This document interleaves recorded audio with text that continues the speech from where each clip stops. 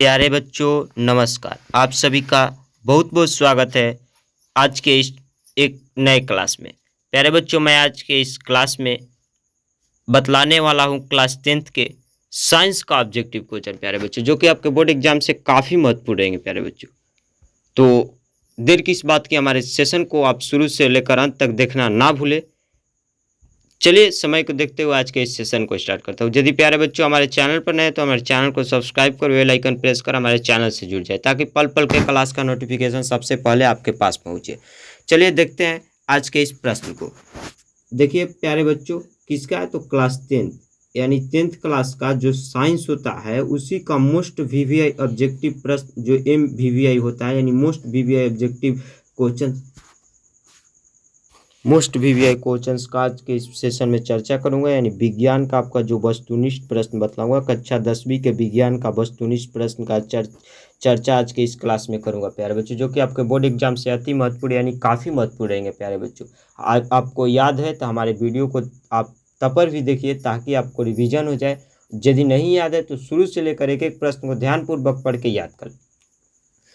चलिए देखते हैं प्रश्न को समय को देखते हुए। आज के इस क्लास का पहला प्रश्न क्या करे प्यारे बच्चों, देखिए कह रहे पहला प्रश्न, कौन सा अधातु कमरे के ताप पर द्रव होता है, जो कि बार बार एग्जाम में पूछा हुआ प्रश्न है। प्रीवियस ईयर देखिए कितने बार एग्जाम में पूछ चुका है, 2019 में, 2015, 2016, 2014 में प्यारे बच्चों। इस प्रश्न को ध्यानपूर्वक याद करें। क्या करें, कौन सा अधातु कमरे के ताप पर द्रव होता है। कौन सा धातु द्रव होता है प्यारे बच्चों, तो ब्रोमीन होता है। इस प्रश्न का ऑप्शन ए सही हो जाएगा साथियों। चलिए देखते हैं अगले प्रश्न को प्यारे बच्चों।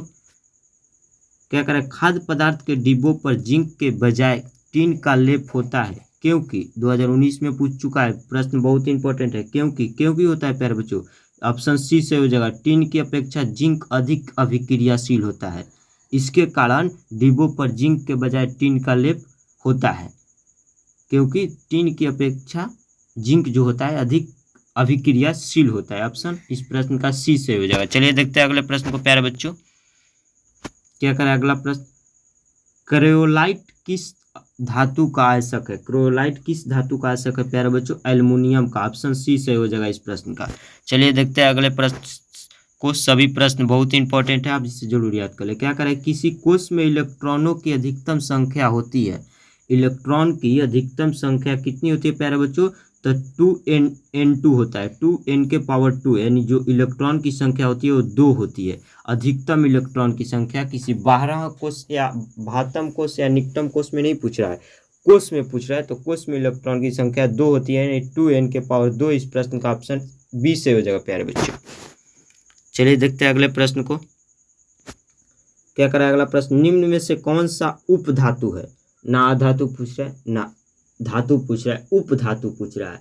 यानी दोनों के मेल से जो बनता है उसे उप धातु कहते हैं। धातु और अधातु के मेल को उप धातु कहा जाता है। तो वही प्रश्न पूछ रहा है कि निम्न में से कौन सा उप धातु है। कौन सा उप धातु है प्यारे बच्चों, तो जेनियम है। ऑप्शन जी इसका ऑप्शन सी से हो जाएगा, यानी जी जो जिसका गैलियम का जो इसका तत्व का जो है शॉर्ट कोड नहीं होता है वही है। तो ऑप्शन सी से हो जाएगा इस प्रश्न का।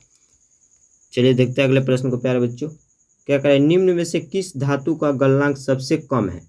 किस धातु का गलनांक सबसे कम है, सोडियम का। एन है उसका शॉर्टकट है। सोडियम का शॉर्टकट क्या है, सोडियम धातु का एन है, जिसका परमाणु संख्या 11 होता है प्यारे बच्चों। तो सोडियम धातु का गलनांक सबसे कम होता है, यानी इस प्रश्न का ऑप्शन बी से हो जाएगा प्यारे बच्चों। यानी सोडियम का शॉर्टकट, सोडियम तत्व है एक प्रकार का जिसका शॉर्टकट एन है, इसका परमाणु संख्या 11 होता है, आप जरूर याद कर लीजिएगा। चलिए देखते हैं अगले प्रश्न को प्यारे बच्चों। क्या करें, निम्नलिखित में से कौन अधातु है। आगे प्रश्न प्यारे बच्चों, निम्नलिखित में से कौन अधातु है प्यारे बच्चों, कार्बन अधातु है, जिसका परमाणु संख्या 6 होता है और इस तत्व का सूचक क्या होता है, सी होता है। इस तत्व का सूचक, कार्बन का सूचक क्या होता है, सी होता है, जिसका परमाणु संख्या प्यारे बच्चों 6 होता है और ये एक प्रकार का अधातु है। तो इसका इस प्रश्न का ऑप्शन ए सही हो जाएगा। कार्बन एक प्रकार का अधातु है जिसका परमाणु संख्या सी होता है, सूचक।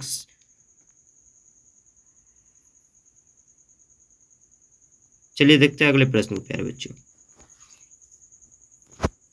क्या करें अगला प्रश्न, कौन सी गैस उत्सर्जित होगी जब धातुएं जल के साथ अभिक्रिया करेगी? कौन सी गैस उत्सर्जित होगी जब धातु जल के साथ अभिक्रिया करेगी? कौन सी धातु उत्सर्जित होंगे प्यारे बच्चों?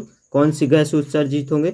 तो हाइड्रोजन गैस, जिसका एस सूचक होता है, परमाणु संख्या 1 होता है, वही गैस उत्सर्जित होगी। इस प्रश्न का प्यारे बच्चों ऑप्शन सी सही हो जाएगा। चलिए प्यारे बच्चों देखते हैं अगले प्रश्न को। क्या करा अगला प्रश्न, निम्नलिखित में से कौन सबसे अधिक अभिक्रियाशील धातु है? बहुत ही क्वेश्चन इंपॉर्टेंट है। कौन अभिक्रिया सबसे अधिक? मैग्नीशियम। ऑप्शन ए सही हो जाएगा इस प्रश्न का। मैग्नीशियम, जिसका परमाणु संख्या प्यारे बच्चों 12 होता है और उसका सूचक क्या होता है? Mg। मैग्नीशियम जिसका परमाणु संख्या प्यारे बच्चों 12 होता है और इसका सूचक Mg होता है, जो कि सबसे अधिक अभिक्रियाशील धातु है। मैग्नीशियम एक प्रकार का धातु है जो कि सबसे अभिक्रियाशील है। ऑप्शन ए सही हो जाएगा इस प्रश्न का। चलिए प्रश्न का ऑप्शन ए सही हो जाएगा इस प्रश्न का। चलिए देखते हैं अगले प्रश्न को क्या करा है। देखिए, विद्युत अपघटनी परिष्करण में अशुद्ध धातु को बनाया जाता है। अशुद्ध धातु को बनाया जाता है प्यारे बच्चों, अशुद्ध धातु को बनाया जाता है। बतलाइए, अशुद्ध धातु को बनाया जाता है प्यारे बच्चों, क्या बनाया जाता है? तो एनोड बनाया जाता है। अशुद्ध धातु को बनाया जाता है एनोड। और इस प्रश्न का प्यारे बच्चों ऑप्शन ए सही हो जाएगा। चलिए प्यारे बच्चों मिलते हैं इसी तरह के नए सेशन में। तब तक के लिए आज का यही प्रश्न लास्ट था। तब तक के लिए मिलते हैं किसी और नए क्लास में। तब तक के लिए जय हिंद, जय भारत, धन्यवाद प्यारे बच्चों।